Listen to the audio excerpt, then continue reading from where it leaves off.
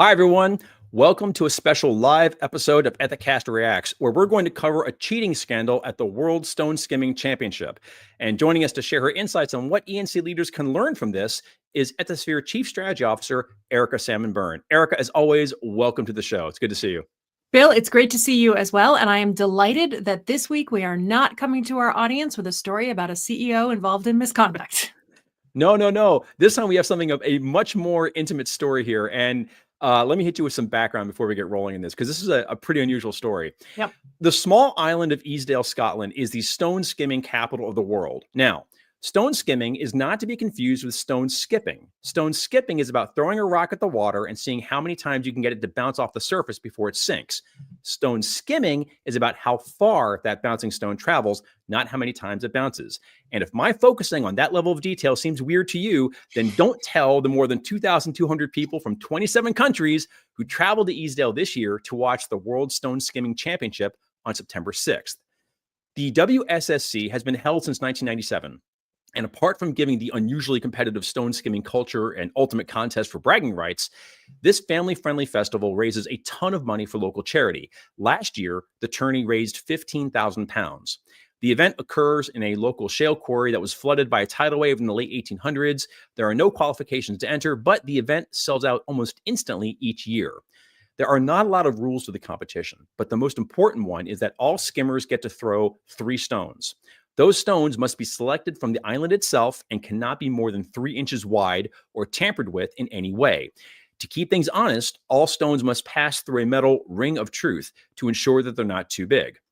Despite these precautions, competitors this year noticed that some of the stones being thrown looked and behaved as if they had been carved or polished. The matter was investigated and cheating was indeed confirmed.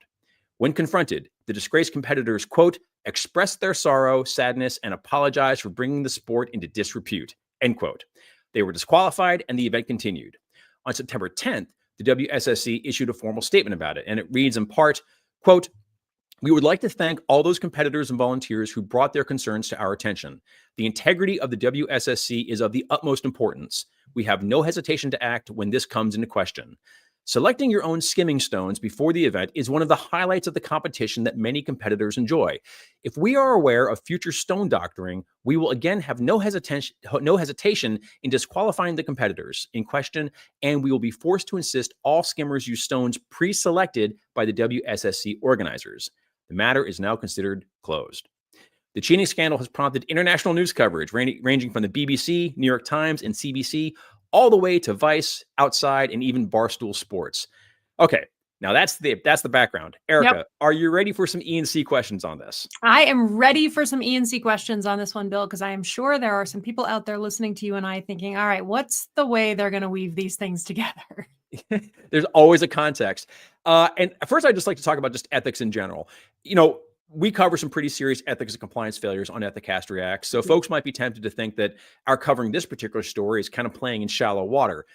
But I think what caught our attention on this one is that real world stories like this, however unusual they may seem, still provide a valuable way to begin a broader conversation about ethics and compliance. So Erica, I'd love to get your thoughts on that.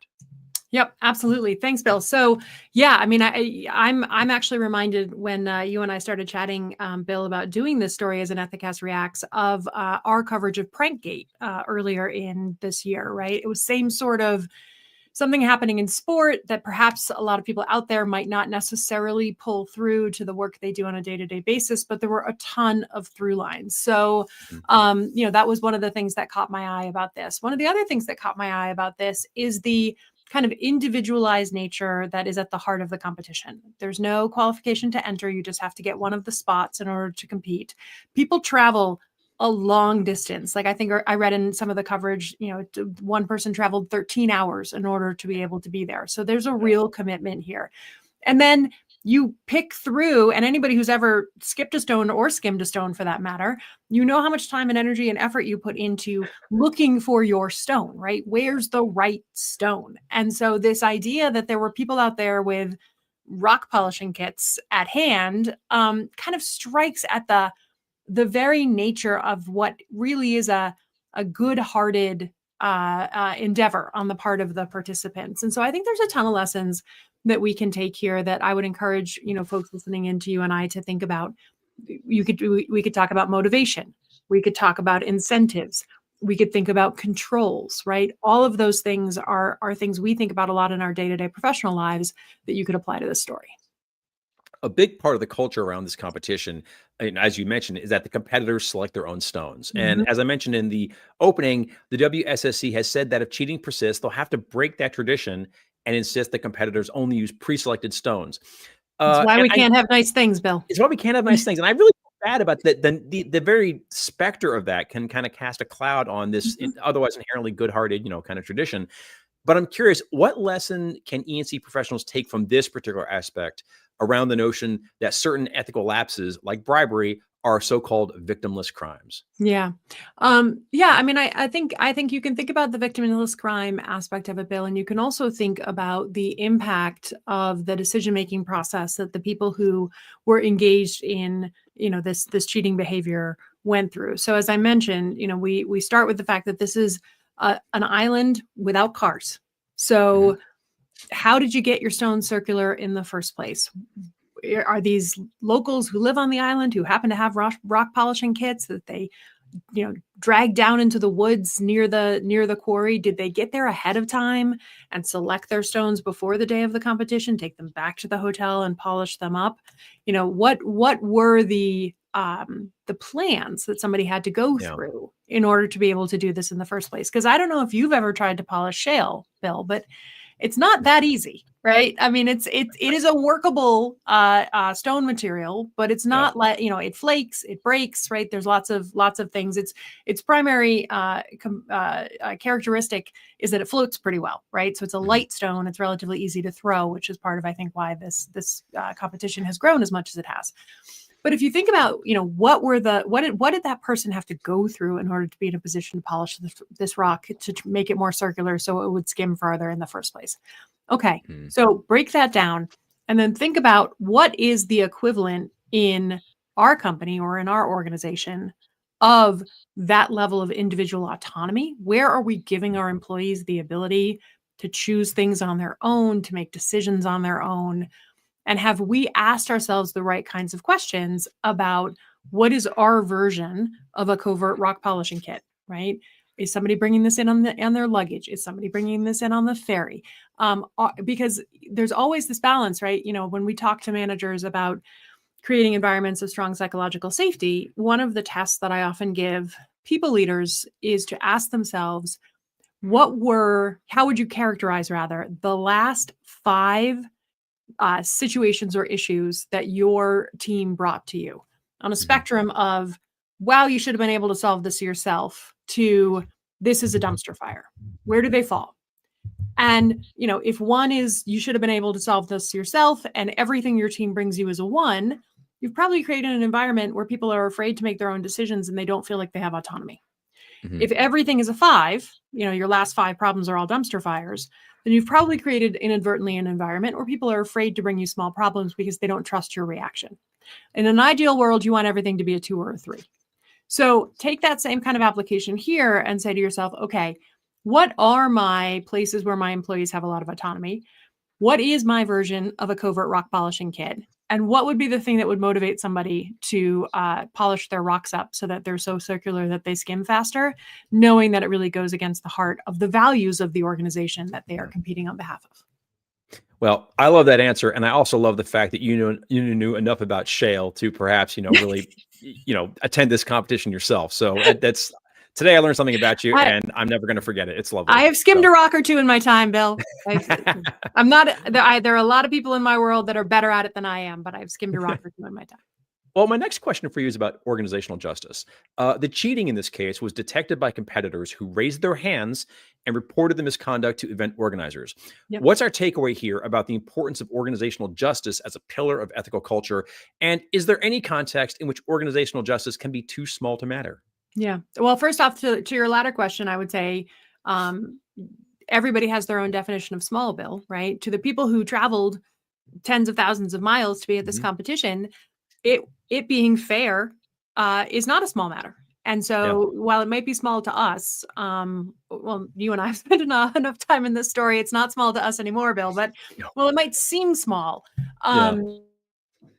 say that organizational justice is in many ways in the eye of the beholder in terms of its level of importance. The thing that I think is very interesting about this story, and actually goes to a different Ethicast Reacts bill that you and I did on the firing of the Nestle CEO, is these were people who were participants in the contest who saw something that they believed to be fundamentally unfair and raised their hand. So similar sort of situation of like palace intrigue. Everybody's not getting treated the same because of these inappropriate relationships inside the workplace that you and I talked about with the Nestle CEO. And anybody out there who missed Bill and I reacting to that story, you can find it in our feed. I would say that a couple of things here. One, obviously, the event organizers took this seriously. People felt comfortable raising this concern. People were capable of recognizing an infraction when they saw it, right? So if we think about, Bill, the work we do here at Ethisphere measuring speak up culture, one of the first sets of questions we ask is, do you even know enough to know that something's wrong? Do you what are your perceptions of the training? Does it give you the information you need to do your job effectively? What are your perceptions of the function? Do you trust that it would look into things appropriately and equally? And here we had an audience that knew what wrong looked like, right? They knew that perfectly circular stones were not a dime a dozen in this quarry. And instead, people were finding the best possible stones, but they were rarely perfect, right? And so you knew what you were looking at, you were able to identify that it was wrong, and you were confident enough to go to the event organizers and say, this is not okay. And those are all the hallmarks of a strong speak up culture. Yeah. Well, I have one more question for you. Yeah. And in an interview with the New York Times, John Jennings, this year's winner of the overall competition and the first American ever to do so, by the way, said, quote, "Some people see glory as a different thing. I see it as following the rules, doing what I'm supposed to, and winning in true fashion. Some people see glory as winning at all cost." End quote.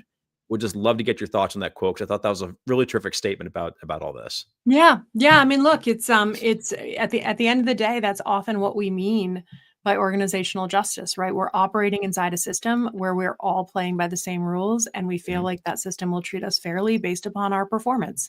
It's the pure definition of a meritocracy. And when you have people that mess around with that, people are going to have very, very strong reactions, which is exactly what we saw here. It's part of the reason why this has become such a story is because of both the way that the organizers responded, which was entirely, appropriate and straightforward, and also, the way that many of the people who were participating in the competition felt about the fact that people decided to bend the rules. And I love that quote. I think the world of it, as you and I discussed, Bill, when we were prepping for this. And it also makes me think about the application of the fraud triangle to this particular scenario. So, we talked a little bit about individual autonomy and the ability to select your own stones and kind of what that level of self-responsibility can do to people who are inclined to bend the rules.